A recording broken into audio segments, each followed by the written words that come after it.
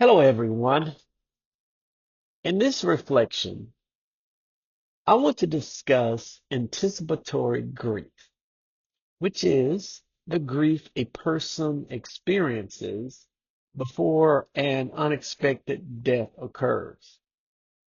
This often happens when someone is caring for a loved one who is terminally ill or living with a progressive condition such as advanced cancer or dementia. What makes anticipatory grief important in counseling is that the mourning process has already started, even though the loved one is still alive.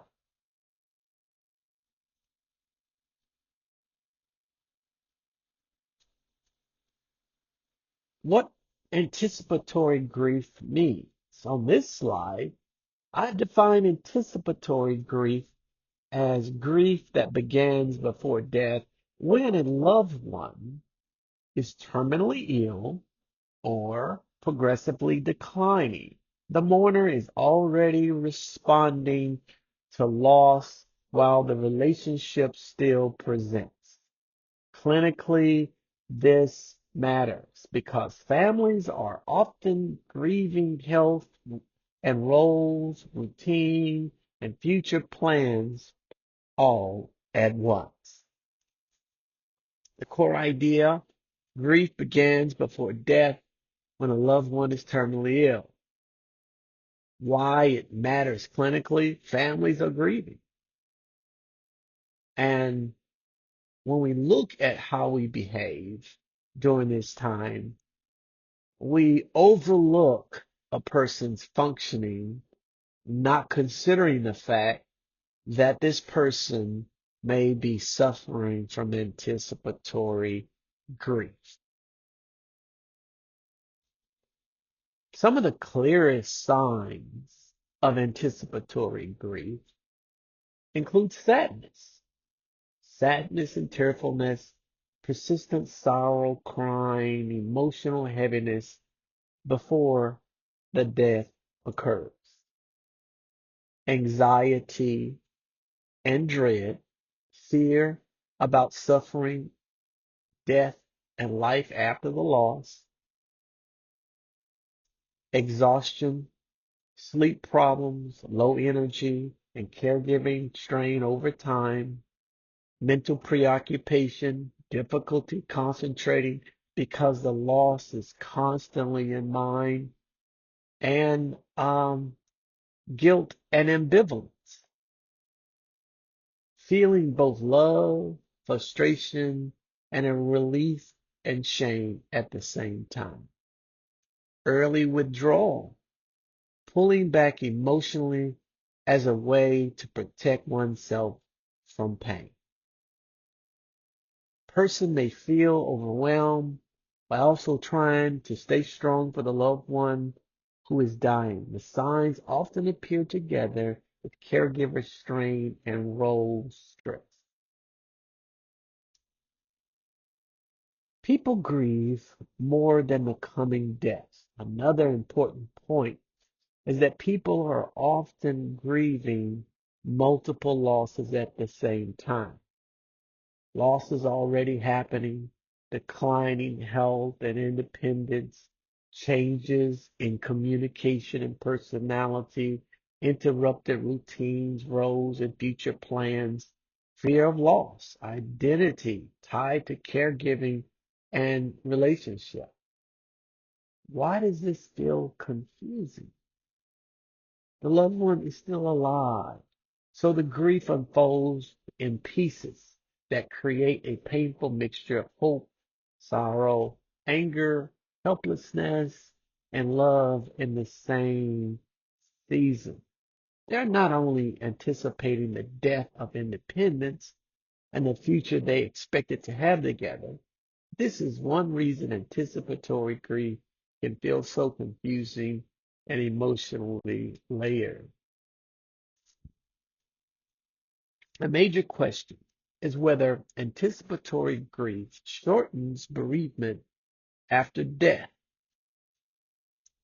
My evaluation is that anticipatory grief may reduce shock for some people, but erase grief after death. It can prepare some people for uh, feel sick shock because grief work began. It can complicate caregiver burden, exhaustion, and guilt may continue after death. It changes the shape. Preparation does not guarantee a shorter or easier mourning process. Again, my view is that it can help prepare someone emotionally and reduce some shock, but it does not automatically make grief shorter or easier in many cases. Exhaustion, guilt, and caregiving burden continues into bereavement, so anticipatory grief changes the shape of the mourning more than it shortens it. How I connect with this topic. My lens, I connect with anticipatory grief through the seasons of transition and emotional strain that comes when an important part of life changing before it is fully ended. Wow. My concern, this topic speaks to my concern about identity and purpose because many people fear not only losing the person, but also losing the meaning attached to the relationship. As a father losing a daughter, I'm wondering and feeling lost because I don't know who's going to look after her, who's going to care for her. I also think that anticipatory grief raises concerns about identity and purpose because people may fear not only the loss of a person, their loved ones, but also losing what expectation had planned, like graduating from school, like moments of playing the first instrument, like their participating participation in sports, like them connecting with the first relationship. Those things connect with me and obviously some other individual. How would I counsel someone? If I were counseling a person experiencing emotional grief, my first priority would be to normalize anticipatory grief as real and understandable. Uh, Help name specific emotions beneath overwhelm. Reduce guilt about grieving before the death. Assess sleep, support, and caregivers' burden. Now, my interventions would be journaling and reflecting, processing, family communication, and honest conversation. Simply, this acts as presence with the dying person. Balance preparation for death with emotional withdrawal.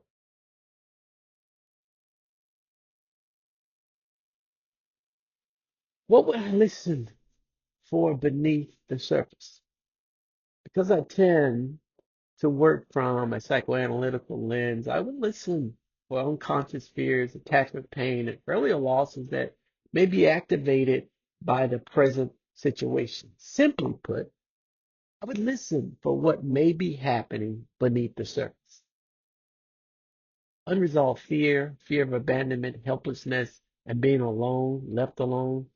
Old grief, past unfinished losses can intensify current grief reactions. Identify the wounds, losses, and identity wounds, helping the client bring some of that underlying material into awareness and deepening the work and help them respond more intentionally. Key counseling goals. Well, presence. Help the client stay emotionally present without flooding or shutting down. Meaning, support the meaning around love, loss, role, change, and future identity. Preparation. Make the room for honest planning while preserving connection with a loved one who is still alive. Support, strengthen the routines and self-care so the caregiver don't doesn't not carry the burden forward.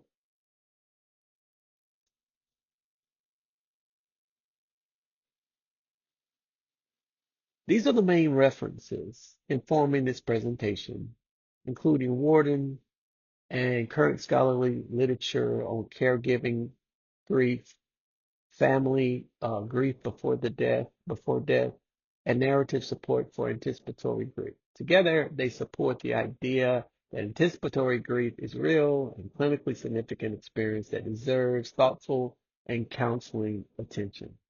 Thank you, everyone, for listening to me, and I hope all is well when you experience this presentation. Thank you.